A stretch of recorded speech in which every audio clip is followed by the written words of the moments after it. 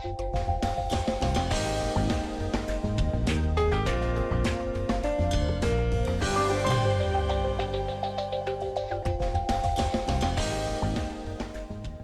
and welcome to Somerville Community Access Television and Greater Somerville's continuing coverage of the 2015 municipal elections. I'm Joe Lynch, producer and host of Greater Somerville, and it is my pleasure to introduce you to the 5 Alderman-at-Large candidates whose names will appear on the November 3rd, 2015 ballot. The 5 candidates for Somerville Alderman-at-Large are John Connolly, Sean Fitzgerald, Mary Jo Rossetti, Dennis Sullivan, and William White. We hope you find these candidate profiles helpful when you vote in this year's election. If you need more information about voting in this year's municipal election, please visit the City of Somerville's website or call the Elections Department at City Hall. As always, stay safe, stay informed, and thank you for watching. And we're here with 6th-term Alderman-at-Large Dennis Sullivan. Dennis and his family make their home in the 10 Hills district of the city. It is my pleasure to welcome him back to Somerville Community Access Television. Welcome back. Thank you, Joe. Running for your 7th term. Correct. And you are a plethora of information. Prior to taping, we had a great talk. So let's move right into, there are some folks, Dennis, who have arrived in the city since the last election and may not know who you are. So for the purposes of introduction, I'll let you take it away and give them a little bit of background about yourself. Thank you, Joe. A little bit about myself. Before serving on the Alderman, I was a school committee person from Ward 1, serving 3 terms. I served as a chairman. We built several new schools during that time at 90% reimbursement. I moved on to the Board of Aldermen. When Joe Curtatone became mayor, it created a vacancy. I was fortunate enough to win a crowded field, and I've been there, hard to believe, 12 years right now. A little bit that sets me apart from other aldermen is that I conduct neighborhood office hours. I do them twice a year, in the spring and in the fall, and I set up a table in every ward across the city, and it's a sounding board for people to come to me and tell me what's on their mind. It could be as simple as a pothole. As chairman of land use, we're looking at rezoning the city right now. A lot of people come and ask me questions about the zoning, or they'll tell me what they like about the zoning, what they don't like about the zoning. Recently, I was right across the street from the SCAT building at Dunkin' Donuts, and I heard a lot about Union United and what people thought. A lot of concerns about the density in the city. But I'm very proud of my outreach, and I return all my phone calls, and my emails get returned, and I'm very proactive. Yep. So that's a great segue, Dennis. You know, Union Square is almost at the heart of the revitalization and the rejuvenation of the city. The Renaissance actually started in Assembly. It's moving its way over to Union Square. With that comes the elephant in the room, which is the subject of affordability.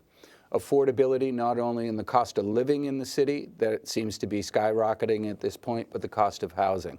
So the folks, you know, like Union United, and there are many other advocacy groups that are talking to you as one of their at-large aldermen, and talking to City Hall especially about what are the effects of all of this success that the city of Somerville is having. I want to let you take it away and talk about affordability issues as your voters and constituents are expressing to you. No, it's a great point, Joe. There isn't a week goes by that I don't get a call from a senior citizen who's been renting here a long time that's being phased out, whether their place they're staying at is going condo, whether the rent is going up from $1,200 to $1,500 into the 2000s. It's incredibly difficult.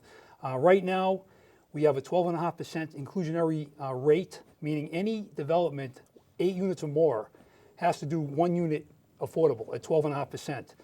The current zoning proposed, we're looking at 20%, increasing that 12.5 to 20% in certain dense areas like Union Square, like Assembly Square is too late, but there's still a lot of development going on down there. So that's something I'm looking to increase, is that inclusionary affordable housing rate. Also, currently we have linkage fee for commercial development. So any commercial development over 30,000 square feet pays $5.15 a square foot. Cambridge, I believe, is in the $12 range. We have to do a better job at raising that. We're missing out a lot of opportunity, and that money goes into the Affordable Housing Trust Fund, which I served on in the past, and it's seed money to create affordable housing. So there isn't going to be one magic answer or solution to the affordable housing crisis. It's going to be a number of things, from zoning to increasing the linkage to increasing the percentage. I'm looking forward to working with a number of groups to do that. I'm all ears. I don't have the solution to that, but I have worked on it for a number of years, and I think we're making progress. But now more than ever, Somerville is exploding. We're a victim of our own success. People want to be here. I look back 6 years ago when my wife and I bought our house in 10 Hills Road, and we could not afford that house today. And for families starting out, it's incredibly difficult. Another thing. Let's go. Let me stop you for 1 second, Dennis. You mentioned the fact that Assembly Square. It's a little too late for that. Here's one of the things that I'm hearing on the street, and I'm sure your voters are saying, what's taking so long to change that affordable housing percentage? Because if we wait too much longer, all the building is going to go up in Union Square, and then you've lost the opportunity. All the building will go up in Brick Bottom. All the building will go up in Inner Belt. What's holding up the change? Right. In the summer, the mayor proposed new zoning to rezone the entire city. As chairman of the land use, which included a higher percentage of affordable housing, as chairman of the land use, there was not enough, in my opinion, outreach to the community. People, when they heard about the zoning or the increased density, there were a lot of concerns. So I slowed the process down. We're going to have a number of community meetings going forward around different issues, from mobility to affordable housing to public transportation to the process involved. That's going forward. At the last Alderman's meeting, Alderman Niedergang, which I supported this proposal, called for 20%, increasing it to 20%. There's going to be a meeting on that of the Land Use Committee, and that is going forward. I don't think we can wait for the zoning, because the zoning is not going to be passed, I don't believe, or we cannot get that in place, I don't think, until the spring of next year. So a couple of things, Dennis. When you talk about there was some resistance from the communities where this rezoning was going to allow for greater density, explain to the folks, when you say greater density, you're talking about going up. Going up, definitely. Right. In commercial development, going up a number of stories. What that looks like. When people hear how it's going to affect their sight line, the traffic pattern, right, the parking situation, they have huge concerns. Right. And we're already one of the most densely populated cities, in the Commonwealth. Does it make any sense to you? I've heard this from constituents all over the place. Does it make any sense to you when we boast that we're one of the most densely populated cities on the East Coast? Does it make any sense to you to make it even more dense? Well, I think density done right, such as Assembly Square, such as in the Inner Belt, it's basically a blank canvas down there that we can get density right. Assembly Square has the orange line. If we can do it in a right manner, I think it makes sense. A little bit of a different beast, though, because Right. Assembly Square wasn't a neighborhood. Right, exactly. Yep. And same thing with the Inner Belt. It's not a neighborhood either. So, I think we have to get it right. And just getting through here, to come here at 5 o'clock at night, the traffic involved. We have partners. East Somerville is busting at the seams as far as, I had my office hours there Saturday. I heard over and over about the traffic problems created. You have one lane of traffic on Broadway, one on Washington Street. You have traffic coming off I-93 right there at the intersection of Mount Vernon Street. It's a real problem. And then you add 5,000 people to the mix going in at partners, it's only going to get worse. Mm-hmm. So, we have to do a better job at controlling that, making sure cut-through traffic doesn't happen in those neighborhoods, creating an unsafe environment. Assembly Square is your neighborhood neighbor. Correct. You're on 10 Hills, it's your neighborhood. What are people saying about the height of that partner's building? I haven't heard much. I mean, I can see it when I walk my dog up 10 Hills Road, I can see the height. I have not heard much about it. I think, it's not really affecting, we can see it, but it's not affecting our sunlight. It's not affecting on the other side, the East Somerville neighborhood too much. So I haven't heard much negativity. That remains to be seen when the traffic starts. Right, I We'll agree. see what happens then. Let's stay on affordability just for a minute, and I'll weave some of the other issues that are out there in terms of the fees and the fines and the water bills and taxes. What are you hearing from the voters on those issues? Well, I mean, people are upset that when the fees go up, whether it's more money for a parking pass, they feel like they're getting nickel and dimed. We have a 30% residential exemption if you live in your house.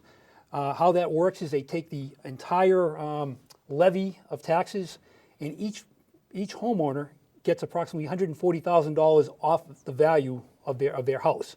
So it's a really good deal if you own a condo or if your house is not worth much. But people say 30% residential tax exemption. If you have $1 million home, you're still only getting $140,000 break on the home. Off the assessed value. Which does help. But people on fixed incomes, having to pay all these extras. We're an MWRA. We're paying a high Water premium and sewer. for water Yeah. and sewer. It's an expensive place to live. Sure. Quite frankly. That's the conundrum. You mentioned it before. We are going to be a victim of our own success, where we become, and I say it jokingly to the mayor and to other people, we've become a sexy commodity here in the metropolitan area. Everybody wants to get in. Everybody wants a piece of the pie. So that's where I go back to ask the question again. You would be in favor of hiking the affordable housing percentage, hiking that now rather than waiting for the zoning? Right, I think we can definitely go to 20%. I'd like to go higher. If the studies come back, I know it's one of the things that Office of Housing and Community Development is studying. We're looking to get the result of that back. It should be in, I think, in the next month or so, from what I understand from talking to Director Proakis. But we have to do something. And crime in the city, when you were elected, you lived down in East Somerville, and crime was a pretty dicey subject to be bringing up. Violent crime in the city has plummeted.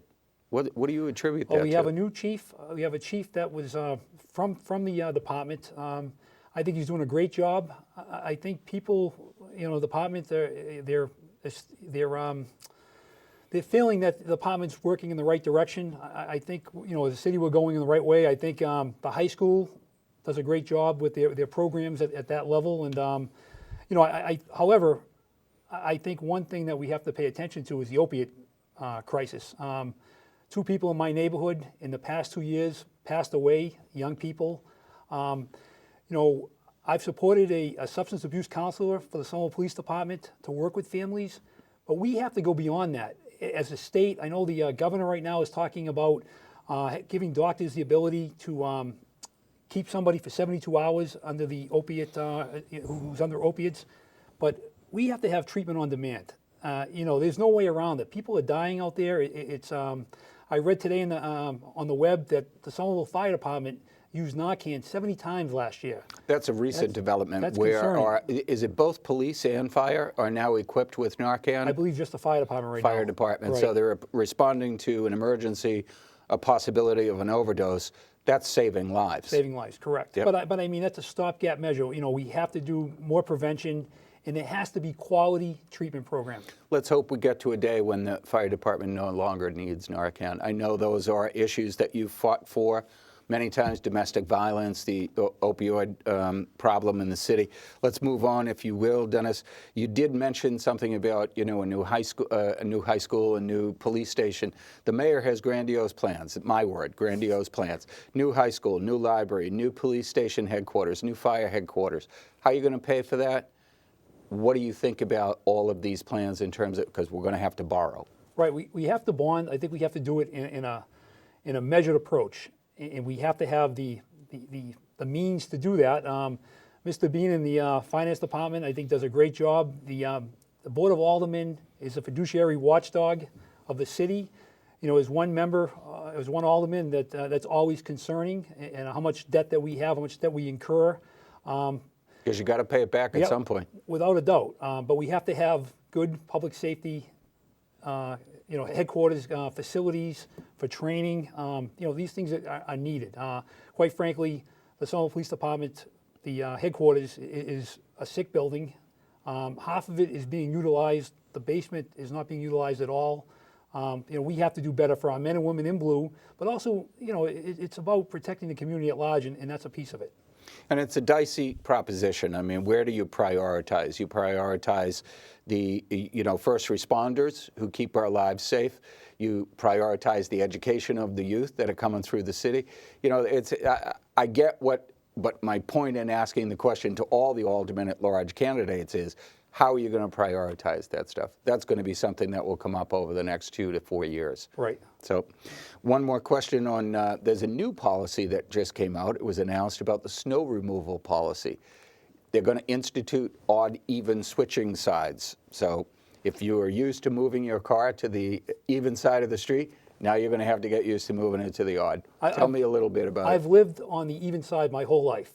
And the one thing, especially when you have a winter like we had last year, it's about equity. It's about the fairness of the snow being piled on your side year after year and getting pounded and pounded into the ground. A lot of people were at their wits' end.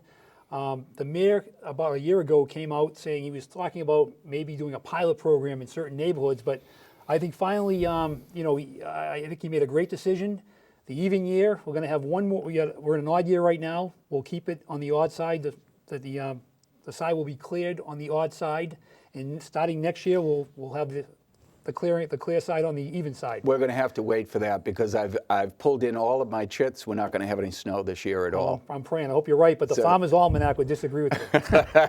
Dennis, the website where the voters can find out more about you and get in contact with you. aldermansullivan.org. aldermansullivan.org. Thank you. It's been my pleasure. Best wishes on November 3rd. Pleasure was all mine. Thank you. My guest has been multiple-term Alderman at Large Dennis Sullivan. Once again, thank you for joining us here at Somerville Community Access Television. See you next time.